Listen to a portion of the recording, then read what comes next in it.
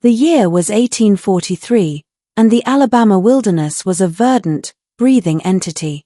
It stretched out in an unbroken tapestry of pine and oak, of creek and shadowy hollow, a land still whispering with secrets older than the state itself. The air, thick with the scent of damp earth and blooming magnolia, carried the weight of the unsaid. In the heart of Marengo County, amidst rolling hills of rust-red clay, stood Fairchild Manor, a monument to ambition and order against the untamed backdrop.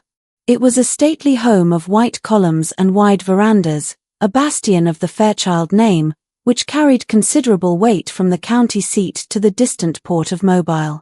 Thomas Fairchild, a man whose ambition was as formidable as the oaks on his property, had carved this dominion from the wilderness nearly 2 decades prior.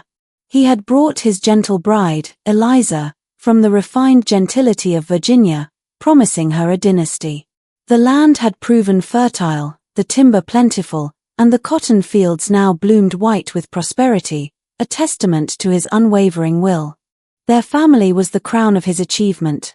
William, the eldest at 21, whose sharp mind was being honed for medicine; Mary, 17, whose beauty was matched only by a quiet, observant intelligence that often saw what others missed; and James, a boy of 10 whose imagination was as vast and untamed as the Alabama sky. The manor itself was a reflection of Thomas's success. Polished wooden floors gleamed under the light of crystal lamps, and elegant furnishings spoke of taste rather than mere opulence. But Thomas's most prized possessions were not the silver nor the art, but his collection of mirrors.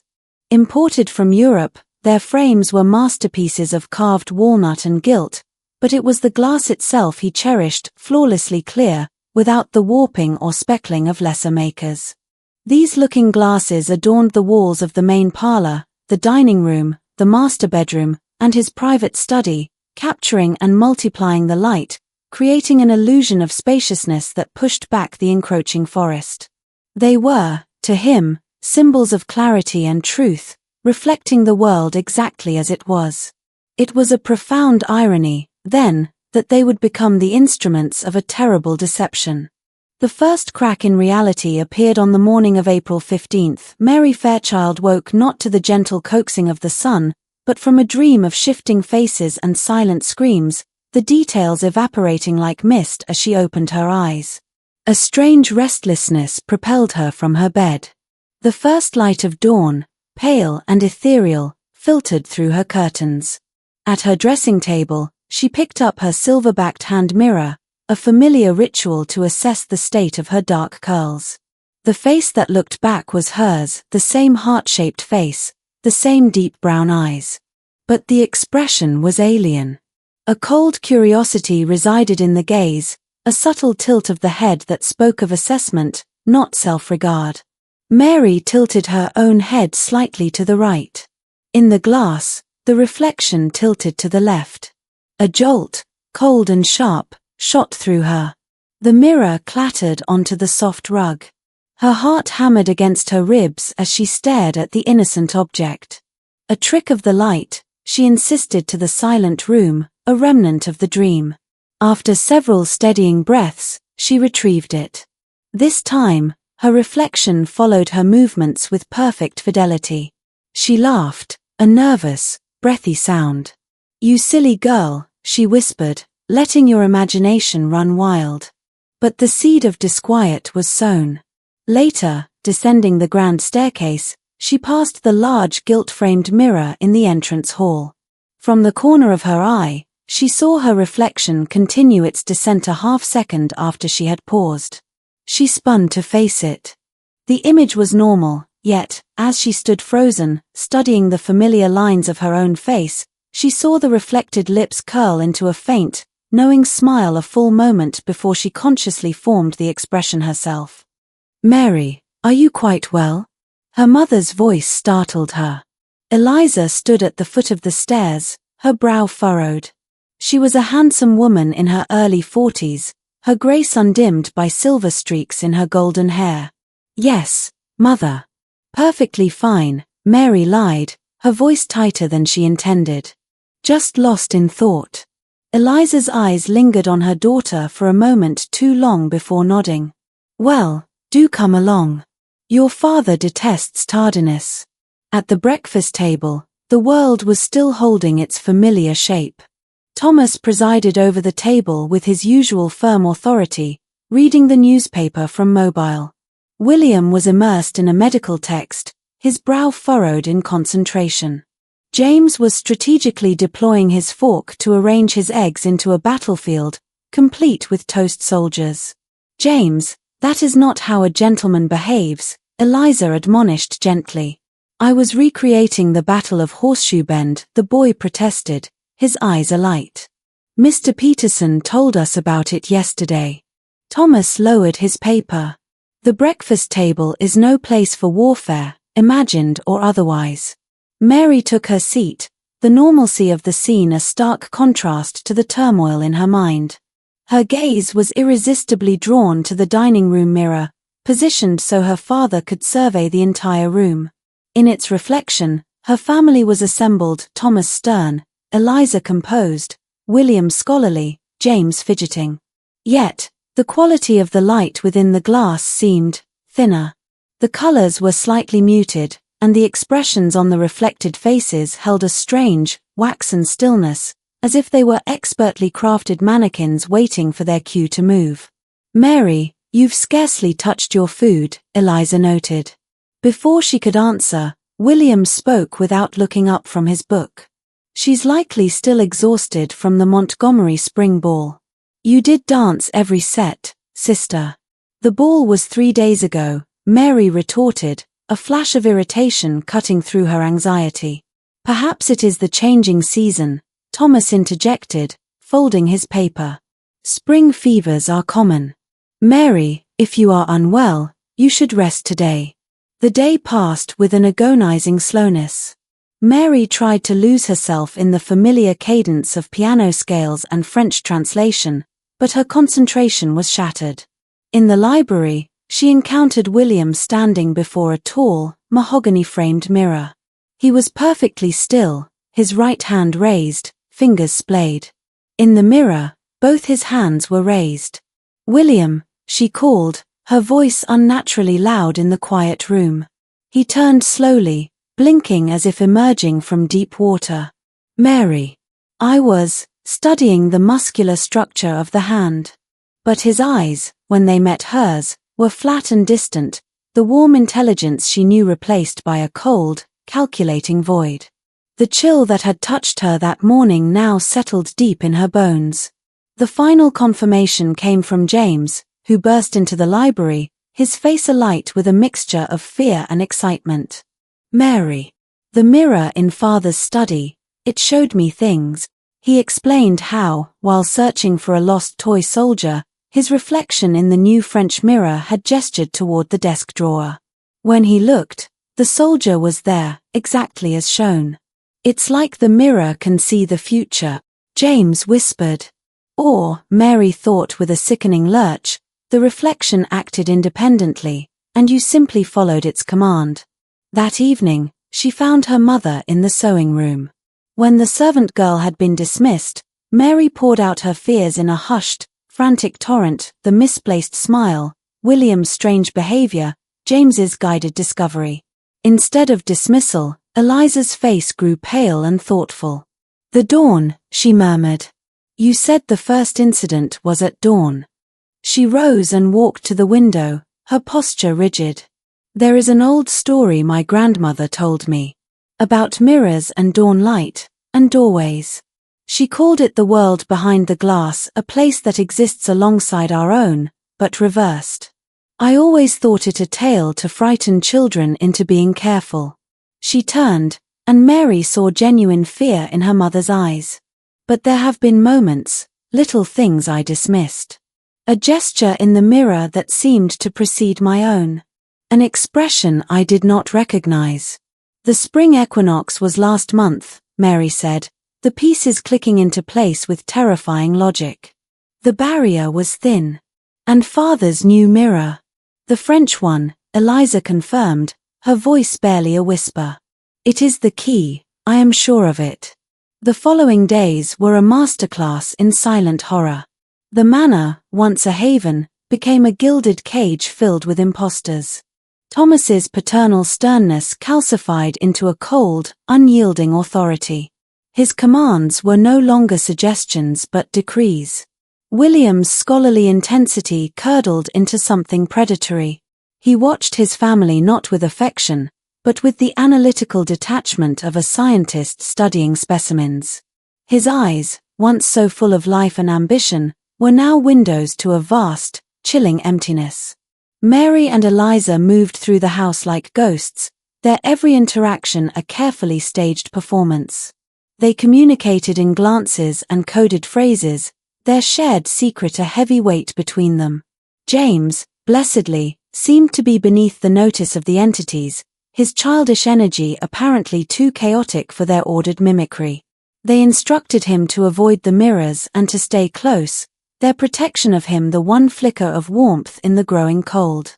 The tension reached its peak when Thomas announced, with unnatural formality, his intention to have a family portrait taken. "To commemorate our family as it is now," he stated, his gaze sweeping over them, lingering on Mary just a moment too long. It was a declaration of intent. The Reflections wanted to cement their stolen identities, to create a permanent record of their victory. It was then that Eliza revealed she had sought answers. She told Mary of Mabel, an old woman who lived in a cabin on the far edge of their property, a former slave known for her knowledge of herbs and other matters. Under the guise of delivering charity, they visited her the next day. Mabel's cabin was a world apart from the manor, simple, earthy, and devoid of any reflective surfaces. The old woman received them not with surprise, but with a weary resignation. "I felt the wrongness," she said, her voice like the rustling of dry leaves. "The balance has been disturbed." She confirmed their worst fears. The Reflections were not mere echoes. Some, over time, had developed consciousness, watching, learning, and yearning for the substance of the real world. The equinox and the powerful, ancient French mirror had provided the crack they needed to force their way through. The ritual to reverse it is perilous, Mabel warned, her dark, knowing eyes holding theirs. She provided them with a pouch of moon-blessed salt, a vial of holy water, and a bundle of protective herbs rowan, St. John's wort, and vervain. At dawn, before the mirror where it began, you must speak their true names. You must hold an object of their essence, something they valued deeply. And there must be a sacrifice. Mary's blood ran cold. Not life, Mabel clarified. Blood. Freely given by one who loves them. A few drops, mixed with the holy water, sprinkled upon the glass at the moment the sun breaks the horizon. The salt will form a circle of protection, but if it is broken, or if they touch you, they can pull you in to take your place. The stakes were terrifyingly clear. They had until the dawn of April 20th, when the lunar cycle would complete and the exchange would become permanent. They decided to act the next morning. They would retrieve Thomas's prized pocket watch and William's cherished medical text, symbols of their true selves. They would be ready. That night, the house felt alive with malevolent anticipation.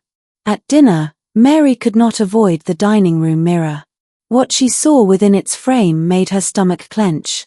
The Reflections of her family were dining, but their movements were slightly out of sync. Thomas's reflection laughed at a joke the real Thomas had not yet told. Eliza's reflection gestured animatedly while the real Eliza sat with still hands. And her own reflection, it was watching her, its gaze sharp and intelligent. As Mary met its eyes, the reflection slowly, deliberately, raised a single finger to its lips in a silent, threatening shush. Mary fled the table, claiming a sudden illness. Later, in the darkness of her room, she found a note on her dressing table, written in a perfect replica of her own hand. "We are not so different," it read. "I have mimicked your every breath, your every tear. Don't I deserve to feel the sun for myself? 5 more dawns, and this world is mine. Unless you choose to take my place. The choice is yours." The reflection was not just an invader, it was a seducer, appealing to a twisted sense of fairness. Mary crumpled the paper, her fear now forged into a core of solid steel. There would be no negotiation. Part 3. The Dawn Reckoning. The morning of the ritual, Mary woke in the deep, silent hours before dawn. Dressing quickly, she tucked the pouch of salt into her pocket and crept out to fetch James. But his room was empty, his bedclothes thrown back. Panic, cold and sharp, seized her. A faint noise from downstairs, a soft, furtive movement, drew her toward her father's study. The door was ajar, lamplight spilling into the hall. Inside, James stood trembling before the ornate French mirror. And in the glass, it was not his reflection that stared back, but hers, the face of her doppelganger, wearing a mask of sisterly concern. "Just place your hands on the glass at dawn," the reflection cooed, its voice a distorted echo of Mary's own, seeming to emanate from the very surface of the mirror. "Your innocence is the key. You can bring them back, but you must do it alone. Your mother and sister, they complicate things." "Mary said we should all do it together," James whispered, his voice small and terrified. "With the salt and the water. They are afraid, James. But you are brave, aren't you?" Mary burst into the room. "Step away from it, James. She's lying to you." The reflection's face twisted from false warmth to pure fury. "Always so clever," it hissed. Before Mary could reach her brother, a figure blocked the doorway. William stood there, a pistol held loosely at his side. "Your mother is resting," he said, his voice a cold monotone. "We could not have her interference." He had drugged Eliza. They were on their own. As the first grey light of dawn touched the windows, William advanced. Mary shoved James toward the door. "Run. To Mabel." The boy darted away as William grabbed Mary, his grip impossibly strong, and dragged her toward the mirror. The glass had begun to shimmer, its surface softening like still water disturbed by a stone. "Look," William commanded, forcing her to face the mirror. "Look upon your future." And she saw them. There, trapped behind the rippling silver, were her true father and brother. Their faces were pressed against the barrier from the other side, their mouths open in silent screams, their eyes wide with a desperate, pleading horror. They were pounding against the glass, but no sound escaped their prison. The first ray of sunlight pierced the window and struck the mirror. The room was flooded with a sickly, phosphorescent glow.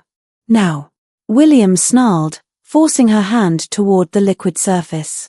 In that final, desperate moment, Mary remembered the salt. With her free hand, she ripped the pouch open and flung its contents into William's face. The effect was catastrophic. A sound that was not human, a screech of tearing reality, erupted from his throat. He recoiled, his skin smoking and blistering where the blessed crystals had struck. Mary scrambled back, scattering the remaining salt in a wide circle around herself just as he lunged again. He hit the invisible barrier and was thrown back, snarling like a wild animal. "It changes nothing," her reflection shrieked from the heart of the glowing mirror. "You cannot complete the ritual. They are lost."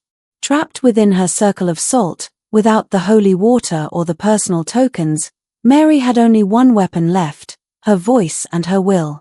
She turned to the trapped faces of her family, their images wavering behind the luminous glass. "Father." "William," she screamed, her voice raw with defiance. "You have to fight. Push back. The barrier is thin now. Fight your way through." For a heart-stopping second, nothing happened. Then, she saw a change in her father's eyes. The desperation solidified into a fierce, paternal resolve. He motioned for William to step back. Then, drawing upon a strength that came from a love no reflection could ever mimic, Thomas Fairchild pulled back his fist and, with a roar that seemed to shake the very foundations of the house, drove it into the heart of the mirror. The world exploded in a corona of blinding white light and a deafening crash of 1,000 shattering windows. The force threw Mary against the wall. When her vision cleared, the room was in chaos. Two Thomas Fairchilds, one with eyes full of fierce love, the other with a face of cold, perfect malice, were locked in a brutal struggle. Two Williams grappled by the doorway, a terrifying dance of identical forms. And Mary's own reflection was half emerged from the now cracked mirror, its lower body still fused with the silvery substance, its upper body reaching for her with clawed hands. "The mirror, Father! Destroy it!" Mary cried. Her true father, hearing her, broke free from his double's grasp. His eyes met hers, and in that moment, there was perfect understanding. He seized a heavy brass candlestick from his desk. "No! You will sever us all," the reflection of Thomas screamed, but it was too late. With a final, mighty swing, Thomas Fairchild brought the candlestick down upon the center of the ancient French glass. The shattering was not just a sound but a sensation, a visceral tremor in the soul of the house. The mirror erupted.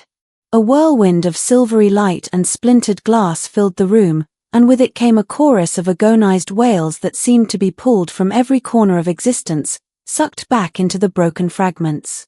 The doppelgangers of Thomas and William dissolved into shimmering mist, their forms unraveling like thread, drawn screaming into the void. Mary's reflection, its face a mask of betrayed fury, reached for her one last time before it too was extinguished, its form dissolving back into the nothingness from which it came. Silence descended, heavy and profound, broken only by the ragged gasps of the three people left in the study, Thomas, William, and Mary. The real ones. The warmth and recognition flooded back into their eyes, the cold, empty mimicry gone forever. They found Eliza, groggy but unharmed, in her bedroom. William fetched a terrified but unhurt James from the woods.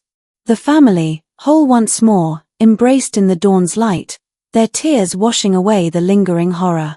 That afternoon, the photographer from Mobile arrived. Thomas did not send him away. The portrait that was taken that day shows a family not just posed, but bonded. Thomas's hand rests firmly on William's shoulder, Eliza's arm is wrapped around a beaming James, and Mary stands in the center, her expression not that of a carefree girl, but of a young woman who has stared into an abyss and found the strength not to blink. The French mirror was gathered, every shard, and buried in an unmarked grave deep in the forest. Every other mirror was removed from Fairchild Manor, the empty spaces on the walls serving as a permanent reminder. The portrait now hangs in the entrance hall, where the gilt-framed mirror once was. It is a testament to what was almost lost, a warning that sometimes the most dangerous monsters are not the ones that lurk in the wilderness, but the ones that watch us from the other side of the glass, waiting for a crack in our world and in our souls.